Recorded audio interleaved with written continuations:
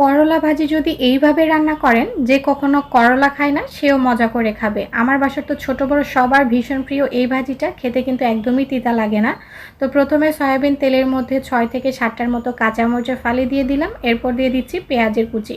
পেঁয়াজের পরিমাণ আর তেলের পরিমাণটা কিন্তু একটু বেশি দিতে হবে, তাহলে করলা ভাজি খেতে অনেক ভালো লাগবে। তো পেঁয়াজটাকে কিন্তু একদম বাদামি করে ভাজা যাবে না, একটু নরম হয়ে আসলেই দিয়ে দিচ্ছি কেটে রাখা করলা। করলাগুলোকে কিন্তু আমি গোল এবং পাতলা পাতলা করে কেটে নিয়েছি, যাতে খুব তাড়াতাড়ি সেদ্ধ হয়ে আসে।